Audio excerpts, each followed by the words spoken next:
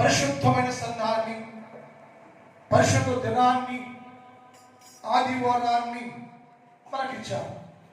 ఆదివారంలో క్రమం కలిగి, భక్తి కలిగి యేసు ప్రభుల వారిని మాత్రమే సేవించుకోవటానికి ఈ స్థలానికి వస్తాం. దేవుడు ఆలయం ఇది. దేవుని సన్నిధిలో అందరూ కూడా పరిపూర్ణంగా బలపడుతూ దేవుని వాక్యం ఇష్టపడే వారిగా ఉండాలనేది యేసు ప్రభుల వారి యొక్క ఉద్దేశం. మరొక అంశాన్ని మొదటి నుంచి ధ్యానం చేస్తున్నాం. సంవత్సరానికి మొదటి నెలలో ఇశ్రాయేలు ఏం చేయాలి, సంఘం ఏం చేయాలి, విశ్వాసం ఏం చేయాలని మన వాక్యాన్ని 1వ తారీఖు నుంచి ధ్యానం చేస్తున్నాం. దేవుడు చెప్పాడు, సంవత్సరానికి మొదటి నెలలో మందిరాన్ని నిలవబెట్టాలి అని చెప్పాడు. మందిరం ఏమైపోయిందయ్యా అని అడిగితే మందిరం పాడైపోయాను, చెడిపోయాను, పడిపోయాను. కనుక సంవత్సరానికి మొదటి నెలలో నువ్వు మందిరం తిరిగి నిర్మాణము చెయ్యాలి అని చెప్పాడు. మరి మొదటి నెలలో ఉండే మన జీవితాల్లో ఎక్కడెక్కడ పడిపోయామో సరి చేసుకోవాలి, బాగు చేసుకోవాలి, యేసు ప్రభువు లాగా జీవించాలి. అందుకొరకే ఈ మన ప్రేమికి సంవత్సరం ఇచ్చాడు. ఈ సంవత్సరంలో అందరూ కూడా తన్ను తాను శుద్ధిపరుచుకునే వారిగా ఉండాలని దేవుని ఉద్దేశం. రెండో, మనము మందిరం కట్టినంత దాని యొక్క లోపట్టు మందస్థాన్ని పెట్టాలి అని నేర్చుకున్నాం. మూడోది, మనము దాని ద్వారము తెరవబడాలి. మందిరం మూత వేయబడి ఉంది, మూత వేయబడి మందిరాన్ని తెరవండి అని గత వారం మనం నేర్చుకున్నాం. మందిరం ఏమైందంటే మూత వేయబడింది. ఎవరు మూత వేస్తున్నాయి అంటే ఇశ్రాయేలీలే, దేవుని ప్రజలే మందిరం మూత వేయడానికి కారణమయ్యారు. దేవుడు చెప్పాడు, సంవత్సరానికి మొదటి నెలలో ఏ మందిరం మూసేశారో దాన్ని తెరవండి, ద్వారం తెరవండి. మూసే కారణం ఏంటి అయ్యా, ఎందుకు మూసేసామంటే వారంట ద్వారం మూసివేసి దీపాలు ఆర్పేశారట. దేవుని ద్వారాన్ని మూసేటే ఆపైతే దాని లోపల ఉన్న ఆత్మదీపం ఉందే దాని ఆర్పేసిన వాడు. ఆ మాట చదివా గత వారంలో మనం. అంటే ద్వారము తెరవబడాలి. ఒకటి, దేవుని సంఘం అనే ద్వారం. రెండు, హృదయం అనే ద్వారం. నీ దేహము దేవుని ఆలయం. ప్రతి మనుష్యుడు దేవుని మందిరమే, అందరూ మందిరాలమే. ఈ మందిరం ఏమిటంటే మూత వేయబడింది. మందిరం అనే నీ దేహం అనే ఆలయాన్ని, మందిరాన్ని మూత వేసేసి తాళం వేసేసి గుడికి వచ్చాము వెళ్ళాము. అందువలన నో చేంజ్, మార్పే లేదు. ఎందుకయ్యా మార్పు అంటే మందిరాన్ని మూతేశావు, ఉదయం మందిరాన్ని మూతేశావు, తలిపేశావు. అది తెరవబడలేదు. తెరవబడకుండా ఎన్ని సంవత్సరాలు నువ్వు యేసు ప్రభుల వారి పాదాల ముందుంటే అది నిష్ప్రయోజనం. కనుక యేసు అన్నాడు, ఈ సంవత్సరంలో మొదటి నెలలో ఏం చేయాలి అంటే మూత వేయడానికి ద్వారాన్ని తెరవాలి. ద్వారం తెరిస్తే అందులో వస్తానయ్యో, ఆ ద్వారం తెరవబెడితే అందులో నేను నీతో కూడా కలిసి నివాసం చేస్తాను. నేను ఒంటరిగా ఉన్నాను, ఎస్ఐ లేకుండా ఉంటే నీ జీవితము ఎప్పటికీ అభివృద్ధి రాలేదండి. అభివృద్ధి చెందాలంటే యేసు క్రీస్తు ప్రభుల వారిని చేర్చుకోవాలి నువ్వు. అంటే ద్వారము తెరవాలి వెతుకున్నాం. రెండు జమైన వారు దీపాలు ఆర్పివేశారు.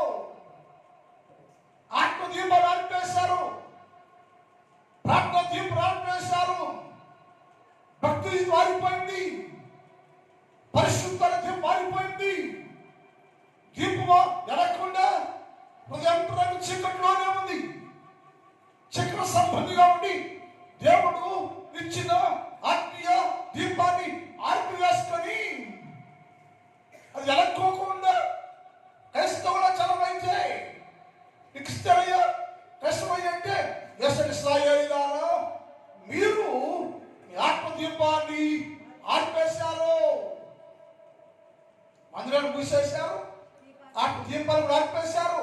అమ్మ ఒకసారి 2 వృత్తాంతములు 29:7 చూద్దాం. 2వ దిన వృత్తాంతములు 29:6-7 చూద్దాం. మన పితరులు గమనించండి, మన పితరులు ఎందుకు ఆర్పేశావయ్యా? ఎందుకు మందిరం మూసేసావయ్యా? యేసయ్య బిడ్డలు కదా, ఇశ్రాయేలు కదా, దేవుని సొత్తు కదా, దేవుని ప్రజలు కదా, ఎందుకు నువ్వు నీ హృదయమైన మందిరానికి తలిపేసావయ్యా? హృదయం ద్వారం తీసేసావయ్యా అంటే ఎందుకయ్యా ఆత్మదీపాన్ని ఆర్పేసావయ్యా అంటే మరంట ద్రోహులై యెహోవా దృష్టికి, దేవుడు యెహోవా దృష్టి చెడు నడత నడిచి యెహోవాను విసర్జించి ఆయన నివాసానికి రావడానికి ఎడమకు పెడమకు పెట్టుకున్నాడు. ఇప్పుడు మనం ప్రశ్నిస్తాం, మనం ఎడొచ్చాడికి దేవుని నివాసానికి వచ్చాడు. ఏసాడు వచ్చాడు కానీ ఎడమకు ఉంది. ఇక్కడ కారణం ఏంటయ్యో? భక్తి లేదు, భయం లేదు, బతుకు మాడలేదు. దేవుని సొంతలో ఉంటా నువ్వు ఎడమకు పెడమకు వచ్చి గుళ్ళకు వచ్చి ఉంటే అశ్వం ఎక్కడ, దీవుని ఏది, క్షేమం ఎక్కడ, ఎక్కడ? ఇశ్రాయేలీయులు దేవునికి ద్రోహులైపోయి యెహోవాను విసర్జించి చెడుతనంగా జీవిస్తూ ఏంటంట వారు పెడమకు పెట్టుకుని దేవుని మందిరాన్ని అలక్ష్యము. క్రైస్తవుడా, 100 ఏళ్ళ క్రైస్తవుడు ఏం తెలుసుకున్నా? ఏం పాటించావు? ఏం మారింది? దేహం ఉందే, ఆలయమిది, ఆలయం మార్చావా? హృదయాన్ని మార్చావా? హృదయం ద్వారా తెరబెట్టా ఎప్పుడో చేసి ప్రభావం హృదయం అనే వాటిలో పడ్డాడు. తట్టుచునే ఉన్నాయో తలుపు తీస్తే నేను వస్తానయ్యా, వాడికి నేను లోనికి వస్తే లోపల మొత్తం పెట్టుకెళ్ళిపోతాయ్యా, దీవిస్తానయ్యా, క్షేమింటావయ్యా, ఆశీర్వాదంతో ఉంటుందయ్యా. కాబట్టి నేను లోనికి రావడానికి వీలుగా నీవు హృదయ ద్వారము తెరవయ్యా అంటే మనుషుడు హృదయాన్ని మూసేసుకుని యేసయ్య కావాలంటున్నాడు. ఎలా? ఇబ్రాహిం అన్నాడు, సంవత్సరాల మొదటి నెలలో ఇప్పుడైనా 2025లో మూసేసుకుంటే హృదయం తెరవడపోతే ఇప్పుడైనా ఏం చేయాలంటే హృదయ ద్వారము భూషణ కాలం ఏంటంటే ద్రోహులు అయిపోయి విసర్జించేసి అలక్ష్యం చేసి తర్వాత మరియు మంటపం యొక్క ద్వారాన్ని మూసివేసి ద్వారం మూసేసినంట. మూసేయబడ్డానికి కారణం ఏంటి? ఇశ్రాయేలీయే. మనం మందిరమే కానీ మందిరమే కానీ మూసేస్తాను ఎవరంటే నీకు నీవే అది మార్చేలా మూసేస్తాడు. దీపమును ఆర్పేసాడు. ఆత్మదీపాన్ని ఆత్మదీపం అనే పాట పాడతారు, వింటూ ఉంటాడు. పాట పాడటం వేరు, దీపం ఉండటం వేరు. జీవితాలండి యేసు ప్రభు వాక్యం దీపం ఉండాలి, పరిశుద్ధ దీపం ఉండాలి. నీ దీపం పెరుగుతూనే ఉండాలి. హృదయాంతరంగములో, నీ సంఘములో, నీ కుటుంబంలో, నీలో ఎప్పుడు ఆత్మదీపము వెలుగుతూనే ఉండాలి. ఆత్మదీపము వెలుగుతూనే ఉండాలి, వెలిగించబడిన వారుగా ఉండాలి, ప్రకాశిస్తూ ఉంటారు. కానీ వారు దీపాన్ని ఆర్పేస్తారు. పరిశుద్ధ స్థలమందు ఇశ్రాయేలీయులు దేవునికి ధూపం పెట్టి మానేశారు. ఒకటేమో మూసేశారు, రెండేమో ఆర్పేశారు, మూడేమో ధూపం పెట్టి మానేశారు. ప్రార్థన చేయటం ఏంటంటే దేవుడు లేడు, వాక్యం లేదు, ప్రార్థన లేదు. ఎలా అభివృద్ధి, ఎలా డెవలప్మెంట్ అవుతారు? మీ కుటుంబం ఆశీర్వడాలంటే, దీవించబడాలంటే ఉదయాన్ని మూసేసాము, ఆత్మదీపం ఆడిపేసాము, ధూపం ఏంటి మానేసాము. ప్రార్థనే లేదు, కుటుంబంలో ప్రార్థన లేదు, నీ సంఘంలో ప్రార్థన లేదు. ఎట్లా దీవించబడతామయ్యాము? క్షేమం ఎక్కడ అంటే అన్నాడు, ఇప్పుడే ఒకవేళ 25వ సంవత్సరం వరకు నువ్వు ఆర్పేసావా, మూసేసావా, తీసేసావా, ఆర్పేసావా, మూసేసావా? ఇప్పుడు ఏం చేయాలంటే ద్వారా తెరిచి వెలిగించుకొని ఇదేంట ధూపం వేయాలంట. ప్రార్థన కలిగి ఉండాలి, ప్రార్థన కలిగి ఉండాలి, ప్రార్థన చుట్టూ కలిగి ఉండాలి. మనం ప్రార్థన చుట్టూ కలిగిన వాడు క్రమశిక్షణ కలిగి ఉంటాడు. ప్రార్థన చుట్టూ కలిగిన వాడు క్రమశిక్షణ క్రమం కలిగి ఉంటాడు. ప్రార్థన చుట్టూ కలిగిన వాడు కట్టడ కలిగి ఉంటాడు, చట్టం కలిగి ఉంటాడు, భయం కలిగి ఉంటాడు. అప్పుడు వారి కుటుంబం క్షేమాభివృద్ధి కలుగుతుంది అని చేసి అన్నాడు. మీరేం చెప్పండి, దేవుడంటే ధూపము వీటి మానేశారయ్యా. క్రైస్తవయుండి, విశ్వాసయుండి, యూదులయుండి, విశ్వాస జాతయుండి, దేవుని ప్రజలయుండి ధూపమే వేయకుండా, ప్రార్థన లేకుండా, వాక్యం లేకుండా, వెలిగి జీవితం లేకుండా అన్ని ఆర్పేసుకుని అన్ని మూసేసి కూర్చుని క్రైస్తవులాగా విశ్వాసంగా చలామణి అయితే ఎలా జీవించబడతారు? ఒకవేళ ఇప్పటి వరకు అలా ఉంటే 2026 సంవత్సరం మొదటి నెలలో ఏంటంటే ఆరిపోయిన దీపాన్ని వెలిగించాలి. మానవేసిన ప్రార్థనను పురికరించాలి, ప్రార్థన చుట్టూ కలిగి ఉండాలి, ప్రార్థించే వారిగానే ఉండాలి, ధూపం వేస్తూ నిత్యం దేవుని సన్నిధిలో ధూపము వేసే వారిగానే ఉండాలి. అలా వేగిపోతే నేను జీవితం ఉంటుంది కానీ జీవించిన పేరు కొంత కానీ గుర్తుడవే. కారణం ఏంటి? మూత వేయబడింది, అరిపేయబడింది, ప్రార్థన ఆగిపోయింది. ఏమి లే, నీళ్ళు సమస్త ఆశీర్వాదాలకి బతుకోవడానికి నీ కుటుంబంలో నీ జీవితంలో ఏ అన్ని దాన్ని మూసేసావు. కాబట్టి ఇప్పుడు ఏం చేయాలంటే నీవు ఆత్మదీపాన్ని వెలిగించాలి, ధూపం వేసుకోవాలి, ప్రార్థన నేర్చుకోవాలి, ప్రార్థన చేయాలి, క్రమం కలిగి ఉండాలి. దేవుని దగ్గర యేసు ప్రభువులు చెప్పే క్రమాన్ని కలిగి ఉండాలి మనం. అప్పుడు మనం అన్ని వేళల్లో ఆశీర్వాదకరంగా ఉంటామని లేఖనాలు రాయి. చివరికి మాట్లాడకుండా అప్పుడు మాట్లాడుతుంది చదువు. దేవునికి ధూపం వేయుటయు దహన బలులు అర్పింపకయు. దహన బలు అర్పించకంటే గొర్రెలు వచ్చి అర్పించమని కాదు, నిన్ను నీవు సజీవ యాగముగా యేసు ప్రభువుకి సమర్పించుకోవాలి.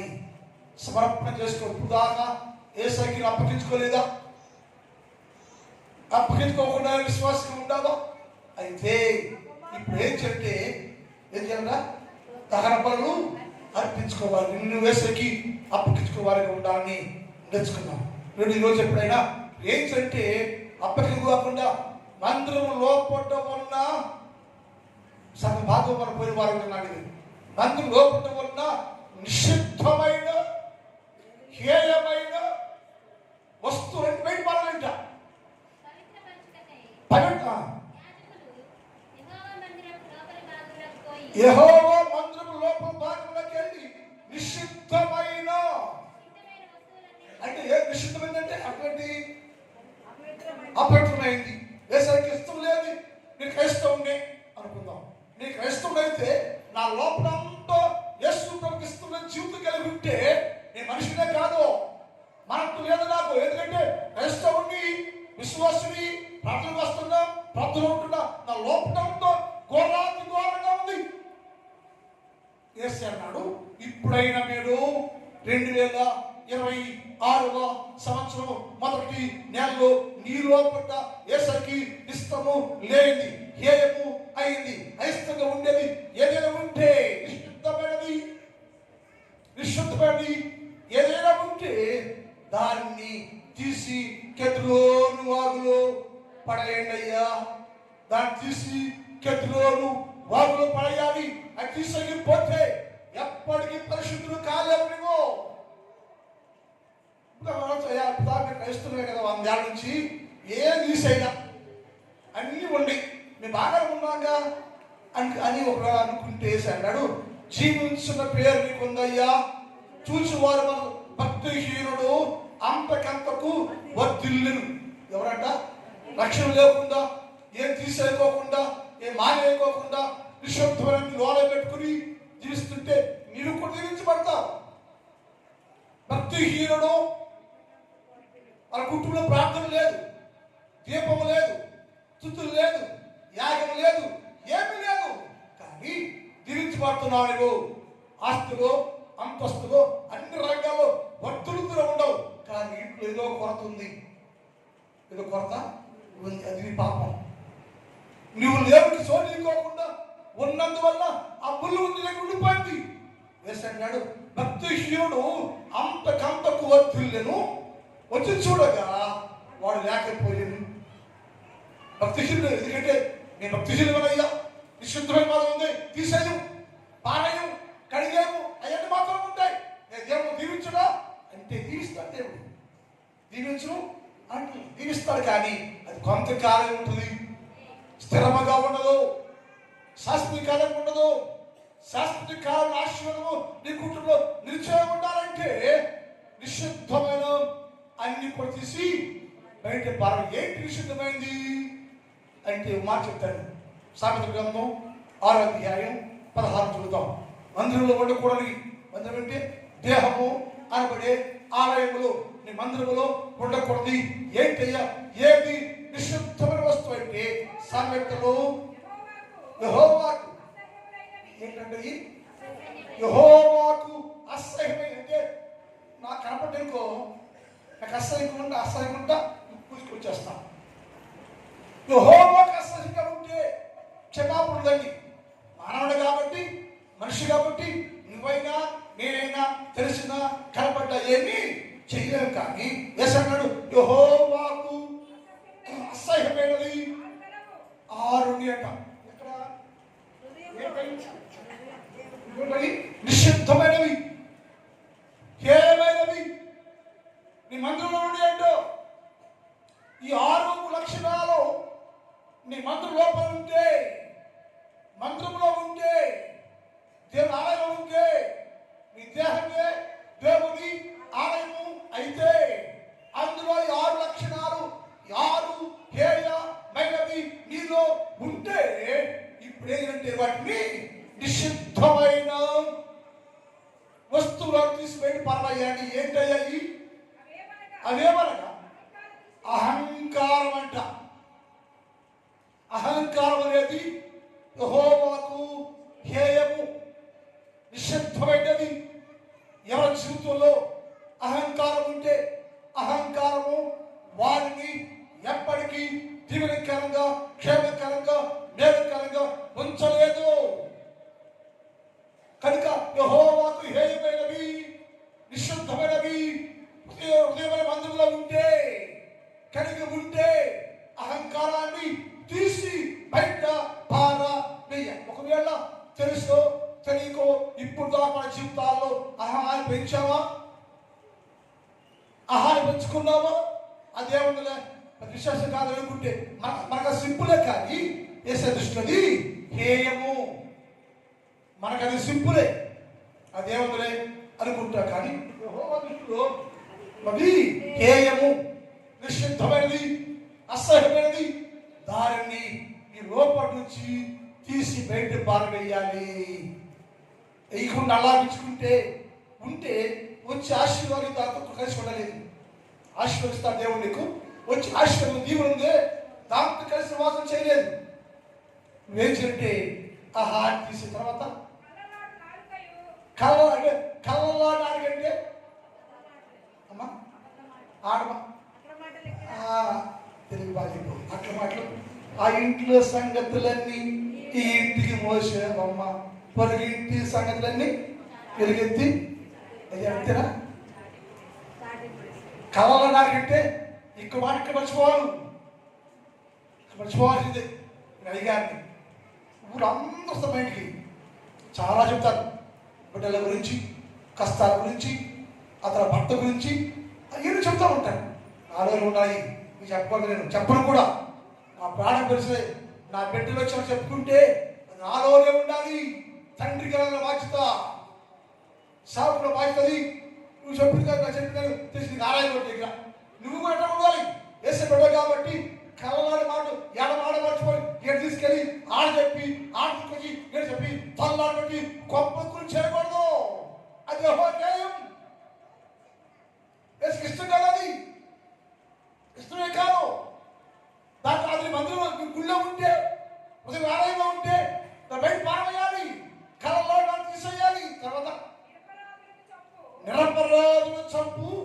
చేతి పెట్టాలి. నిరపరాధి అంటే ఏ పాపం చేయను అని చంపేస్తాం మనం. లోకంలో పిల్లలకి వెళ్తే పేపర్ చూస్తే అయ్యే, పేపర్ చూస్తే అన్నీ అయ్యే ఉంటాయి. ఆ చంపాడు అని అంటే తప్పు ఉండేనా చంపకూడదు, తప్పు లేకపోయినా చంపకూడదు. నరహత్యని మన జీవితాలు ఒకవేళ నిరపరాధిని చంపడం అంటే కత్తిపెట్టి పడుతుంది కదా, కాదు. మాటలు చంపే కొంతమంది, కొంత మాటలు చంపేస్తారు, పొడిచి చంపేస్తారు. అది కత్తి పోటు లాంటి మాటలు మాట్లాడేవారు కలరు. కత్తి పోటు లాంటి మాటలు మాట్లాడేవారు కలరు. మరి ఎవరైతే నరహత్య చేసేవాళ్ళో దేంతో అంటే నాలుగుతోటి, కళ్ళ నాలుగుతోటి, కపటి నాలుగుతోటి అవి మనుషుల్ని మట్టం చేసేస్తారట. అలాంటి స్వభావంలో ఉంటే, ఆ స్వభావము నీ ఆలయంలో ఉంటే, మందిరంలో ఉంటే, నీ దేహము అనే దేవుని మందిరంలో అది ఉంటే తీసి బయట అది హేయము.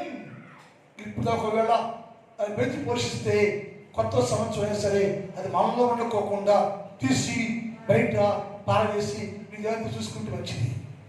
వేసగిస్తాం. తర్వాత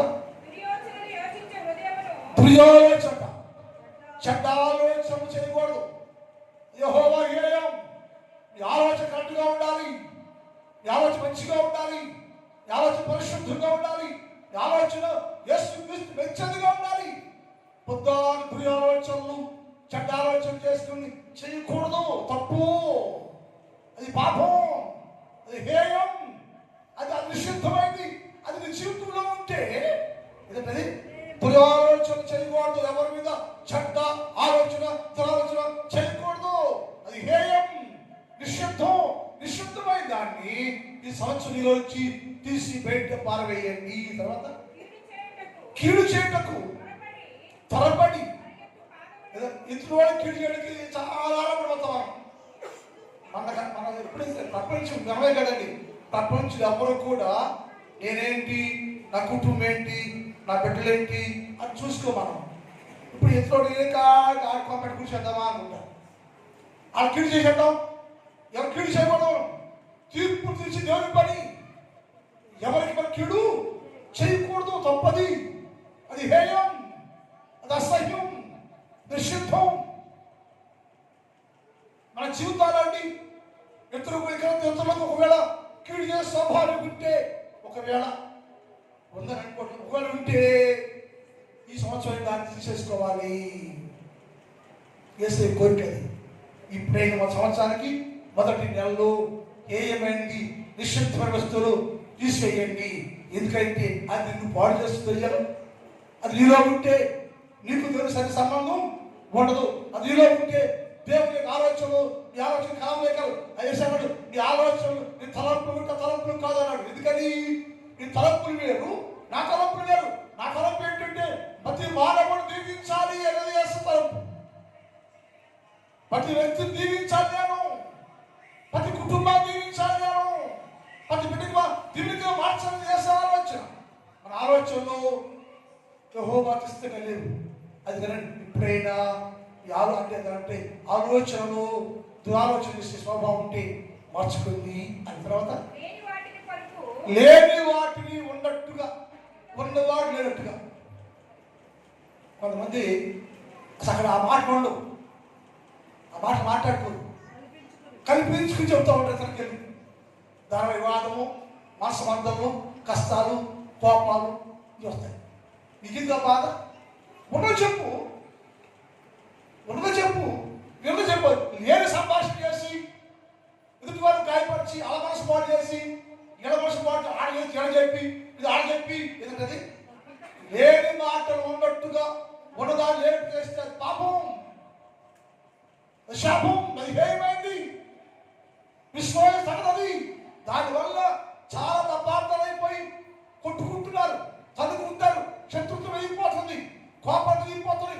ఎందుకయ్యా అనుకో మంచోళ్ళే, వాళ్ళిద్దరూ స్నేహితులే, మంచోళ్ళే, కలిసి నువ్వు పెట్టే పుట్టిన వలన తెలియండి లేని వాటిని ఉన్న వాటిగా మాట చెప్పినందు వలన శత్రుత్వం ఎదిగిపోతుంది, అండర్స్టాండింగ్ పోయింది, ప్రేమ పోయింది, సహవాసం పోయింది, సమాధానం పోయింది. ఆమెతో ముగ్గురు గురించి చూస్తే అది ఇప్పుడు మాకు అది ఇప్పుడే ఇది ఇప్పుడు ఎలా వచ్చింది? ఇలాగా ఎలా వచ్చింది? నువ్వు చెప్పే మాటలే, నువ్వు చెప్పి నీ మాటలే కల్పిత మాటలు. ఎక్కడ మర్చిపోవాలి? నువ్వు ఉదయాన్ని మర్చుకోవాలి. దాచుకోలేక కక్కేయాలనుకుంటే ఊరు బయట కొంపల్లో కాదు. అందుకని వేసాడు, మీరు ఏమైనటిని హృదయాలు ఉంచుకోవద్దయ్యా, ఉంటే శాపం. ఇప్పుడు ఒకవేళ అలాంటి ఉంటే లేని వాటి ఉన్నట్టుగా ఉన్నవాటి లేనిగా మాట్లాడితే ఏం చేయాలంటే దాన్ని తీసి పారవేయ్యా. అది ఏమైంది? నిశ్శబ్దమైంది. క్రైస్తవం తగదది.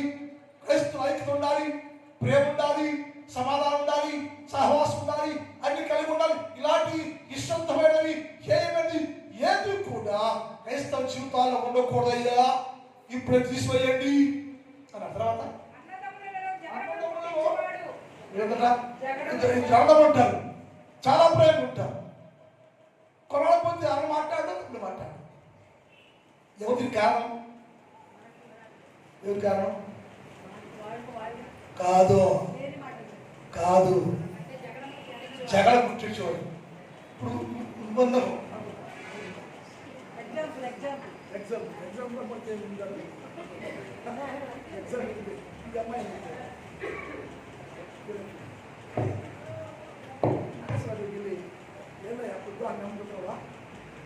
అందరికి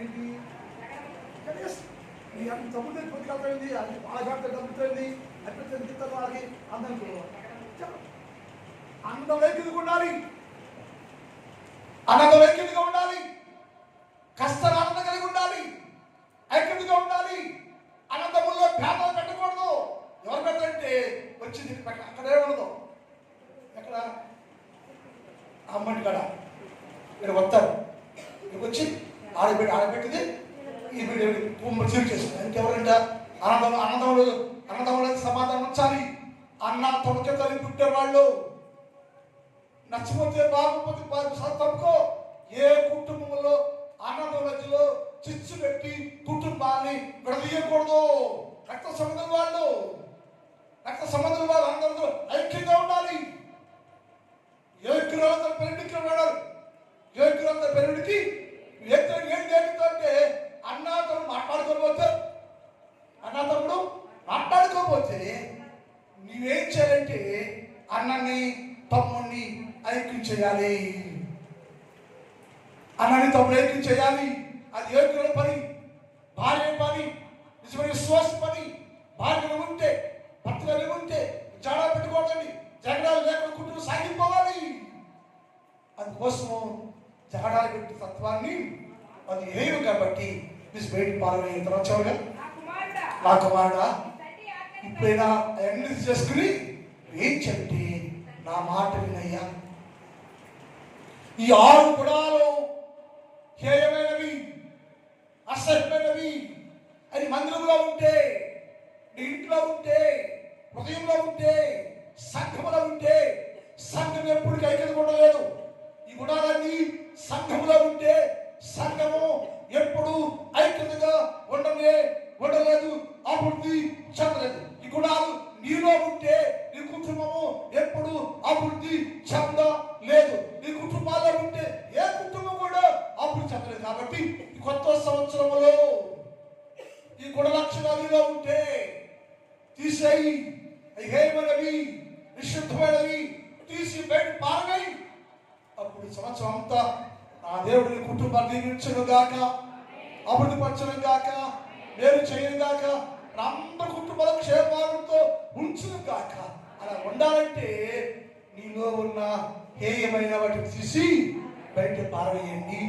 టైం అయిపోయింది. ప్రార్థన మిగిలిన భాగాన్ని వచ్చి వాగ్దానం చేద్దాం.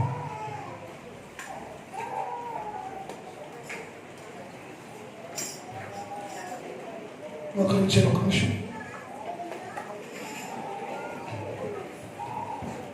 మోకరించండి.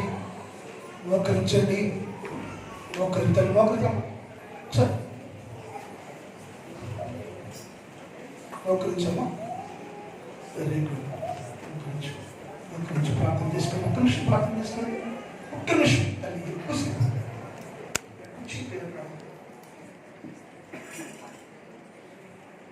ప్రార్థనలో ఉండండి. అందరూ ప్రార్థన చేసుకోండి. ఒక్క నిమిషం ప్రార్థన చేసుకో. అయ్యా మందిరం పడిపోయింది, అయ్యా పడిపోయిన మందిరం కట్టయ్యా, నా లోపల మనస్సు కావాలయ్యా, ఇది లేదయ్యా ఇవ్వయ్యా, లేక అయ్యా నా జీవితంలో అయ్యా ఆత్మహత్య మారిపోయిందయ్యా, ప్రార్థన మారిపోయిందయ్యా, వెలిగించయ్యా, వెలిగించయ్యా, ప్రార్థనలు కావాలి నాకు, ప్రార్థన లేదా కుటుంబంలో, నా వెంటనే ప్రార్థన లేదయ్యా, సహాయం చేయ్యా.